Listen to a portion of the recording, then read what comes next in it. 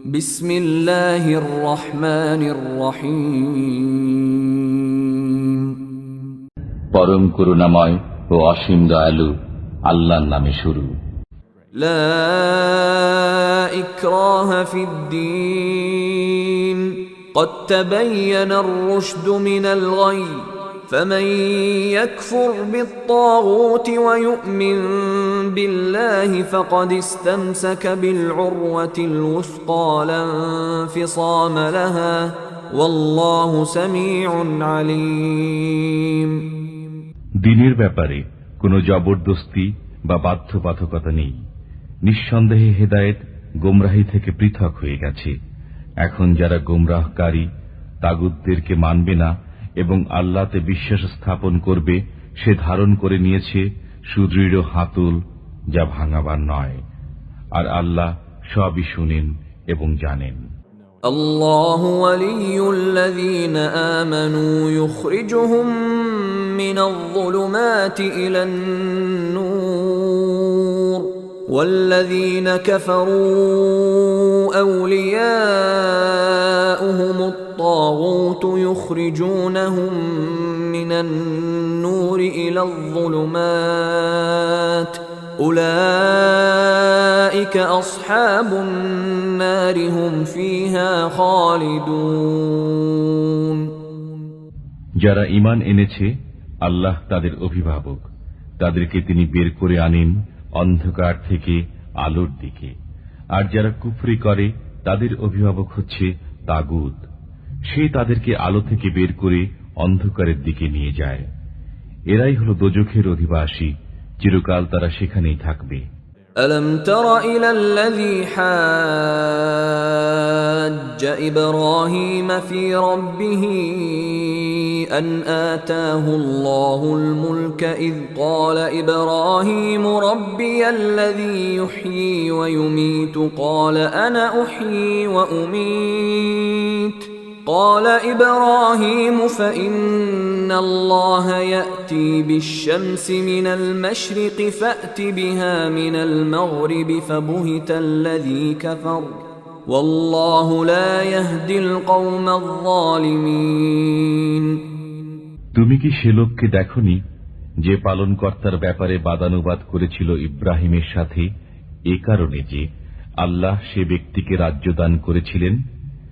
ইব্রাহিম যখন বলল, আমার পালনকর্তা হলেন তিনি, যিনি জীবন দান করেন এবং মৃত্যু ঘটান, সে বলল, আমিও জীবন দান করি এবং মৃত্যু ঘটিয়ে থাকি। ইব্রাহিম বললেন, নিশ্চয়ই তিনি সূর্যকে উদিত করেন পূর্ব দিক থেকে, এবার তুমি তাকে পশ্চিম দিক থেকে উদিত করো। তখন সে কাফির হতভম্ব হয়ে গেল। আর আল্লাহ সীমা লঙ্ঘনকারী সম্প্রদায়কে সরল পথ প্রদর্শন করেন না।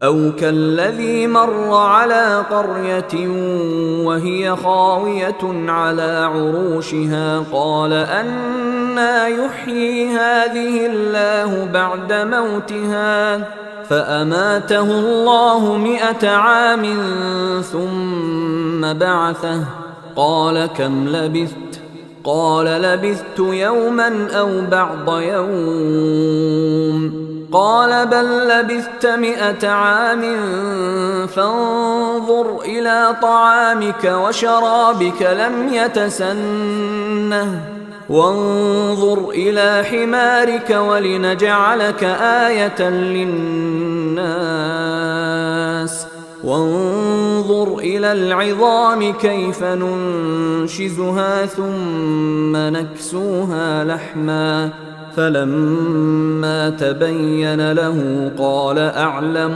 أن الله على كل شيء قدير। তুমি কি সে লোককে দেখনি যে এমন এক জনপদ দিয়ে যাচ্ছিল, যার বাড়ি ঘরগুলো ভেঙে ছাদের উপর পড়েছিল?